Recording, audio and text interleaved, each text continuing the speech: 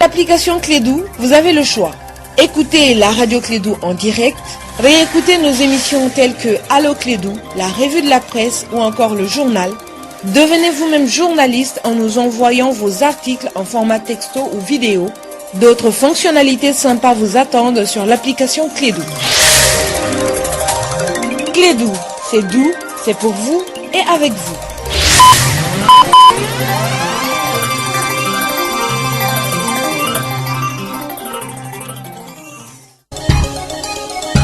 Le sport, les infos, la musique, l'actualité, le tout amusé et servi à chaud pour vous sur Radio Clédou.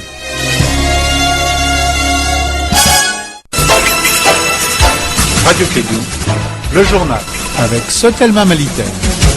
Mesdames et messieurs, fidèles auditeurs inconditionnels de Clédou, l'ensemble réseau, que vous soyez de Bamako, la capitale du Mali, que vous soyez de Koulikoro, de Ségou, de Mopti, que vous soyez de Ségou, que vous soyez de Tombouctou, de Kidal, que vous soyez de Ménaka, de Todani, vous êtes malien, il n'y a rien à dire. Si vous êtes musulman, croyant, pratiquant, nous sommes dans le meilleur des mois pour le croyant, le mois de Carême ou le mois de Ramadan.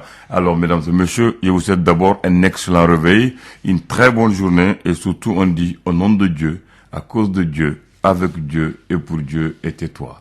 Alors, et moi je me tais d'ailleurs, je laisse la place à Moussa Papa Abdoulaye qui va dire au nom de Dieu, avant de commencer, vous présenter le journal dans des excellentes conditions parce qu'il est très en forme. Mon frère musulman, bonjour à toi, bienvenue. Merci beaucoup Abdoulaye Ondan, bonjour à toutes et à tous, merci de nous rejoindre en ce moment.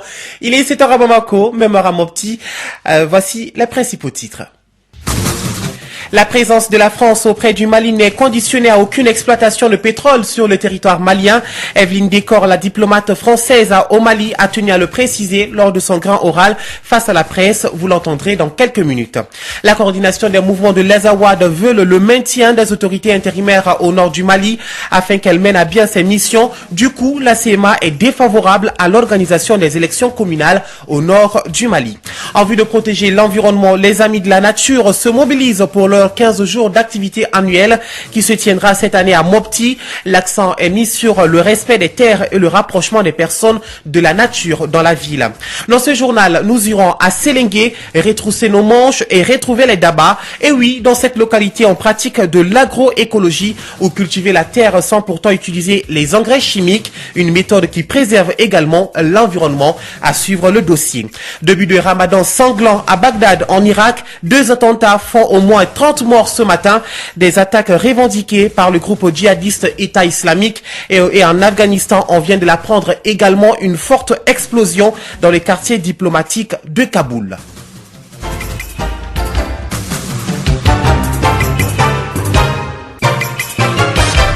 5e jour du mois de Ramadan, mesdames, messieurs, bienvenue dans cette édition. Il n'y a aucune opération d'exploitation de pétrole au nord du Mali par la France. C'est ce qu'indique madame l'ambassadeur de France au Mali, Evelyne Décor. Elle était face à la presse à l'initiative de l'Union des journalistes pour la promotion de la diplomatie au Mali, UJDM. La coopération franco-malienne a dominé les débats. Le point avec Kassim Traoré. La situation des ressortissants du Mali en France a été le premier point abordé. Evelyne Décor, ambassadrice de la France au Mali. À peu près 4500 titres de séjour qui sont délivrés donc pour les ressortissants maliens les ans, dont environ 1500 titres de régularisation. Donc nous ne faisons pas que renvoyer les migrants, nous en régularisons et nous avons aussi plus de 4500 personnes maliennes qui ont un titre de séjour. La France est au Mali à travers des sociétés et des entreprises, mais aucune n'a un permis d'exploitation minière au Mali. Pour ceux qui pensent que nous sommes dans le nord du Mali pour exploiter le pétrole, les richesses pétrolières de l'Adrar, des Ifora ou autres, je vous rappelle également qu'à ce stade, il n'y a encore aucune opération d'exploitation de pétrole dans le nord du Mali et que par ailleurs, la France n'a absolument aucun permis d'exploitation sur le nord du Mali. En ce qui concerne l'aide au développement, elle a parlé des actions emblématique de la France au Mali. De l'OMVS, du barrage de Manantali, la France a été un bailleur de fonds important. Évidemment, le développement de la zone cotonnière, que la France a à l'époque apporté à travers la filiale française, enfin l'entreprise française CFDT a été à l'origine, non pas de la création, mais si un petit peu de la CNDT. La France et le Mali, même si ce n'est pas deux poumons dans un même corps, la France tient beaucoup au Mali. C'est pour cela que l'ambassadrice a rappelé ces propos du président français lors de sa visite du 19 mai dernier à Gao. Qui a renouvelé l'engagement de la France dans la lutte contre le terrorisme. Nous serons intraitables. Nous avons besoin de poursuivre et d'accroître notre engagement. Il restera de haute intensité, ici au Sahel comme dans d'autres opérations. Et il a rajouté, au-delà de cette action militaire, la France conduira résolument une action de développement de la région. Ce que nous allons faire, c'est créer un véritable continuum entre l'action militaire et l'action de développement. Il s'agit du meilleur antidote au développement du terrorisme islamiste. Il faut rappeler que cette conférence a été organisée par l'Union des journalistes pour la promotion de la diplomatie. Elle était aussi face à la presse la coordination des mouvements de l'Azawad. C'est là pour tirer le bilan des 2 ans de la signature de l'accord pour la paix et la réconciliation nationale.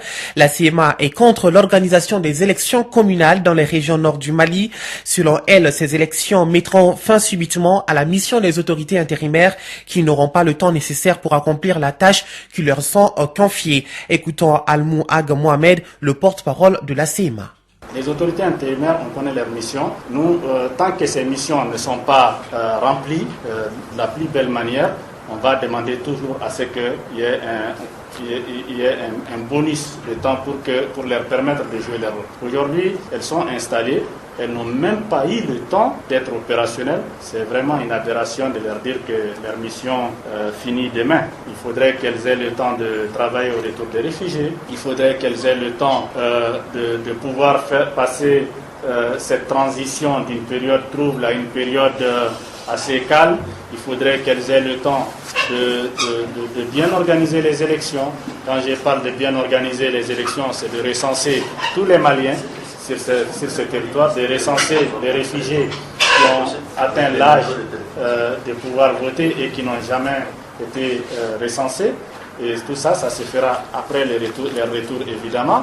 C'est de trouver le temps d'organiser le système humanitaire dans ces régions, c'est de leur donner le temps même de s'installer, parce que là où on est aujourd'hui, elles ne sont même pas installées, on ne sait même pas dans combien de temps elles vont être installées. Donc vraiment, il faudrait voir les objectifs assignés aux autorités intérimaires. À l'instant, Almou Ag Mohamed, le porte-parole de la CMA, 7h06 au Mali.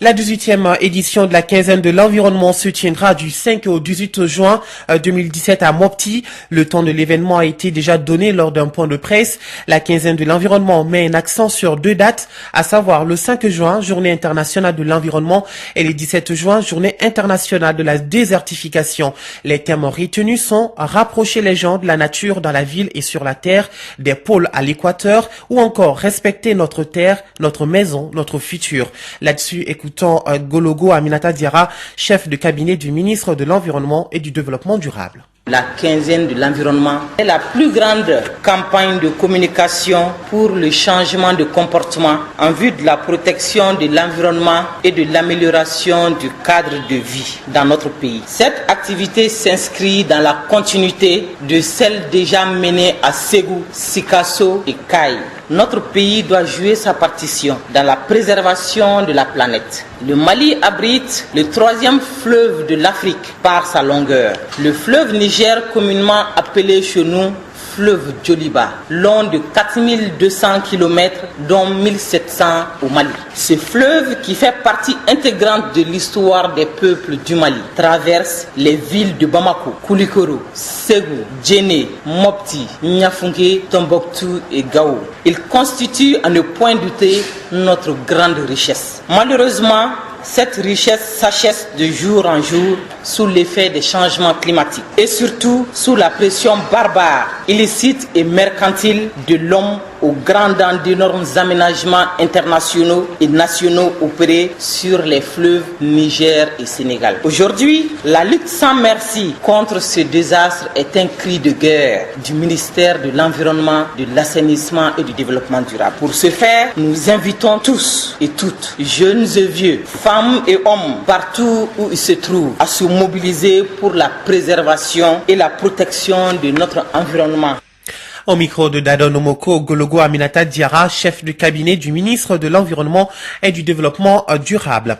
Autre actualité, les indicateurs géographiques au cœur d'une rencontre nationale tenue hier à Bamako. Les membres du comité national chargé de la question ont été outillés par l'Organisation africaine de la propriété intellectuelle, l'OAPI, à travers une session de formation. Les responsables de l'organisation nourrissent beaucoup d'ambition pour le Mali. Écoutons Michel Gonomi, chef de service de formation des programmes à l'Académie de propriété intellectuelle de l'OAPI. Pour nous, c'est important parce que ça prépare d'abord le Mali à la prochaine phase de notre programme que nous allons lancer bientôt. Ça permet de redynamiser le comité. Et donc la suite, ça sera de travailler avec la République du Mali pour les amener à protéger les nombreux produits. Nous avons compris qu'il y a ici qui peuvent faire l'objet d'une démarche de qualité. On nous a parlé des échalotes du Dogon ou du Bandiagara, il y a les poissons fumés de Mopti, il y a les mangues, ainsi de suite. Donc ce sont des produits qui ont une valeur ajoutée qu'il faut promouvoir. Donc la suite, ça sera celle-là, c'est-à-dire amener le Mali à faire la promotion de ces produits, amener le Mali à se doter d'une politique réelle de valorisation des produits du terroir qui, pour nous, peut constituer un créneau pour le développement du milieu rural. Michel Gonomi, chef de service de formation des programmes à l'Académie de propriété intellectuelle de l'OAPI, interrogé par Mamadou Kane. Actualité étrangère à présent. Au Sénégal, Abdoulaye Wade est de retour dans l'arène politique alors qu'il vient de fêter ses 91 ans. L'ex-président a été désigné tête de liste d'une nouvelle coalition créée autour de son parti, le Parti démocratique sénégalais. 2 jours après l'annonce des sanctions de l'Union européenne contre 9 personnalités de la RDC, la majorité présidentielle congolaise a réagi par le biais de son secrétaire général, Aubin Minakou, qui est également le président de l'Assemblée nationale. Il s'interroge sur ces sanctions dédiées, selon lui, sans enquête réelle et sans preuve. Le gouvernement soudanais a décrété hier mardi un embargo sur tous les produits agricoles venus d'Égypte, qu'ils soient réexportés depuis ce pays ou qu'ils soient produits. Khartoum accuse le Caire d'armer les rebelles pour renverser le président El-Béchir, tandis que le différend frontalier entre les deux pays empoisonne les relations bilatérales. La capitale irakienne a été ciblée par 2 attentats à quelques heures d'intervalle. Le bilan est d'environ 30 morts. Le premier, revendiqué par l'organisation État islamique, s'est produit hier peu après minuit. Un kamikaze a fait exploser une voiture piégée dans le quartier populaire de Karada. Les djihadistes expliquent avoir visé un rassemblement de chiites. Le second attentat, toujours à la voiture piégée, s'est produit sur l'un des principaux ponts de la capitale. Plusieurs dizaines de personnes ont été tuées également ou blessées tôt ce matin, dans un attentat à la voiture piégée perpétré à proximité du quartier diplomatique de Kaboul, la capitale afghane, près de l'ambassade d'Allemagne.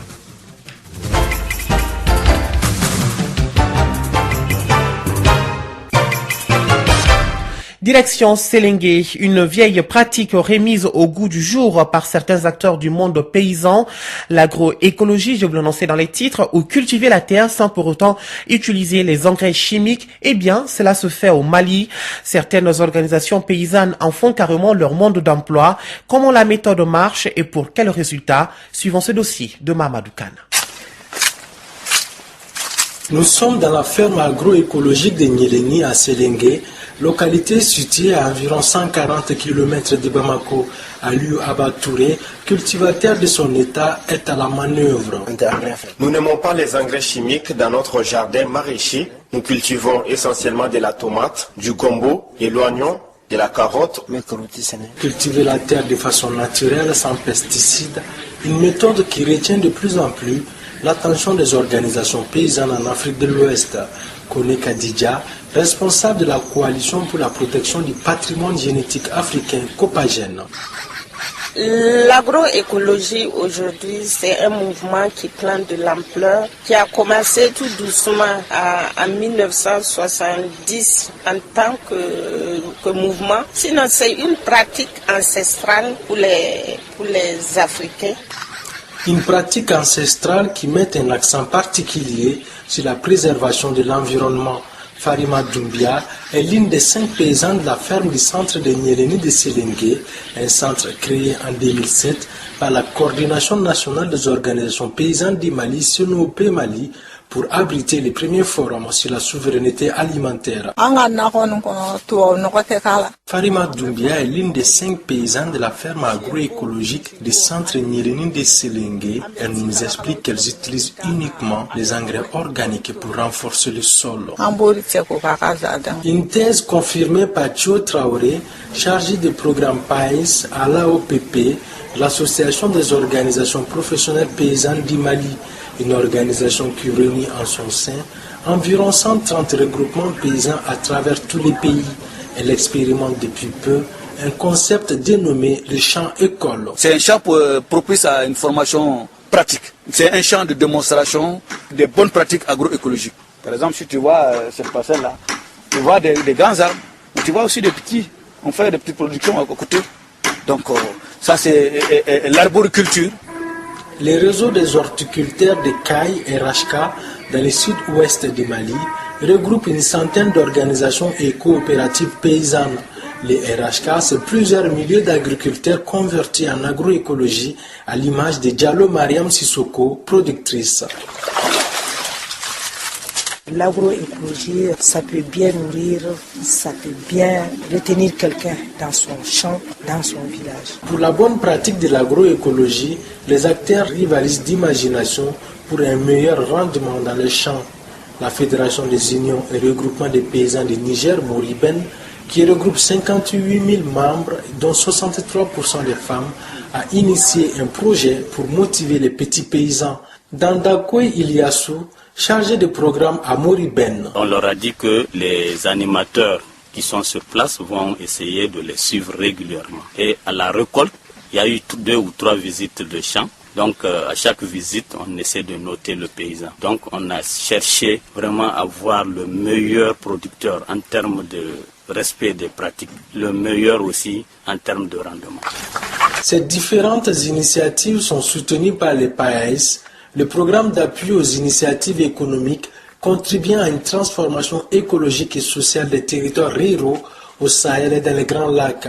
Jessica Pascal, responsable du programme PAES à l'ONG française CCFD Terre Solidaire. Alors, le programme PAES vise à soutenir les organisations paysannes et les organismes d'appui au monde paysan dans la mise en œuvre, la diffusion et la promotion d'initiatives agroécologiques. Et il vise aussi à appuyer la structuration d'une dynamique nationale et régionale en faveur de l'agroécologie. Une dynamique qui s'étend de plus en plus vers une mutualisation des forces des différentes organisations paysannes au niveau national pour une meilleure coordination de leurs activités et pour des résultats probants en termes de productivité dans l'agroécologie.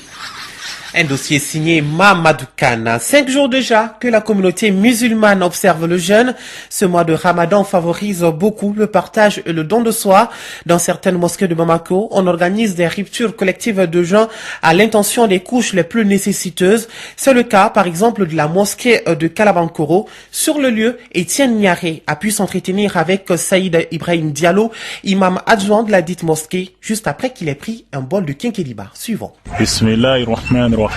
Il y a un certain nombre de fidèles qui ont du mal, n'est-ce pas, à faire la rupture correctement. Et pour cela, nous, à notre niveau, nous avons pris l'initiative. Et cela, ça fait quelques années. Et à la veille de chaque Ramadan, nous essayons de voter une somme forfaitaire à partir de laquelle nous allons prendre en charge la rupture de ces démunis-là. Donc, et pour cela, il y a certains fidèles également qui amènent leur contribution. Donc, si on ajoute les deux contributions, c'est-à-dire l'apport amené par les fidèles, et nous, à notre niveau, ce que nous apportons dans les 2 contributions que nous fait de telle sorte que vraiment tous les démunis ou tous les pauvres font la rupture et mangent à satiété. Voilà les précisions de Saïd Ibrahim Diallo. Il est imam adjoint de la mosquée de Kalabankoro. Il s'exprime au micro d'Étienne Niari. Et s'il y a quelque chose qui vous fait du bien en ce moment, en ce mois de Ramadan, c'est la clémence du ciel. On a consulté la météo pour vous. Le ciel sera peu nuageux à nuageux sur l'ensemble du pays.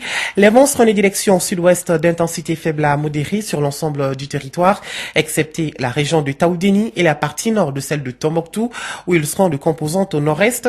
La visibilité sera légèrement réduite par la poussière en suspension dans les régions de Tombouctou, Taoudéni, Kidal, Gao, Menaka, environ 8 km, et bonne sur le reste du pays.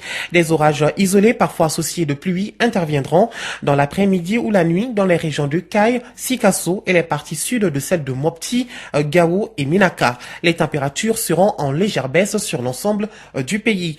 À l'approche des phénomènes orageux, les vents seront violents et peuvent provoquer des dégâts. Prévision sur Bamako et environ, le ciel sera peu nuageux à nuageux avec un vent de direction sud-ouest d'intensité faible à modérée. La visibilité sera bonne. Les températures maximales et minimales prévues pour la journée sont respectivement de 37 et 24 degrés. Le soleil s'est levé ce matin à 6h02 et il se couchera à 18h57, soit l'heure de la rupture du jeûne.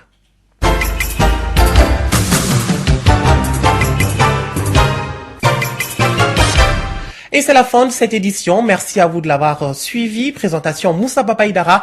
Mise en onde Abdoulaye Ondan. Vous pouvez retrouver ce journal sur les www.info-mali.com et sur YouTube. Il est 7h et bientôt 20. Alors la pensée du jour. Dieu ne vous donnera pas toujours ce que vous voulez, mais il vous donnera toujours ce dont vous avez besoin. Mesdames, Messieurs, excellente journée et que le bon Dieu nous accorde les bienfaits du jeûne. Radio Kédou, le journal avec Sotelma Malitek.